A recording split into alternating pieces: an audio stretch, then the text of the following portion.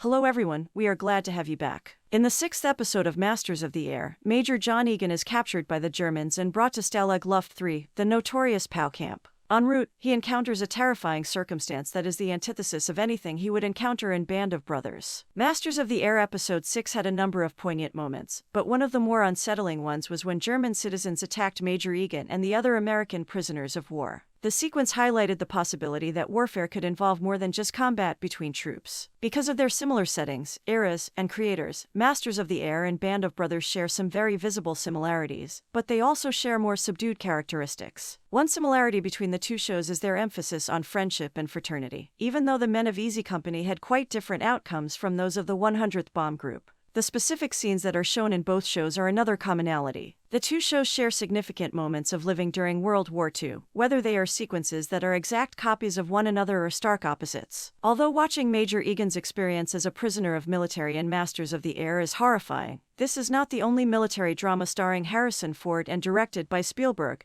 that has addressed the subject of executing POWs. When Band of Brothers first broadcast, there was a scene in Episode 2 where Captain Ronald Spares, a fictional character, is said to have killed German POWs. That was on D-Day, during the renowned storming of Normandy by Easy Company, during which the troops took several German prisoners of war. Spares is seen in one clip offering the soldiers cigarettes. It is then hinted that he shoots them off-screen. Masters of the Air depicted the exact opposite situation from Band of Brothers in this fashion. Masters of the Air featured German citizens and soldiers killing American POWs, while Band of Brothers had an American soldier killing German POWs and Captain Spares. Each scenario is terrifying on its own. Unfortunately, during World War II, it was not uncommon for POWs to be killed. Moreover, it was carried out by the Axis and the Allied forces. Often, when a group captured prisoners of war, they would opt to put them to death out of spite or for other reasons. Major Egan was not the victim of the Masters of the Air incident, but it is unclear whether the real Captain Spares executed POWs. In the end, the death of POWs was seen as a war crime, and many of those who had committed it were held accountable after the conflict. Thank you for watching. Please subscribe.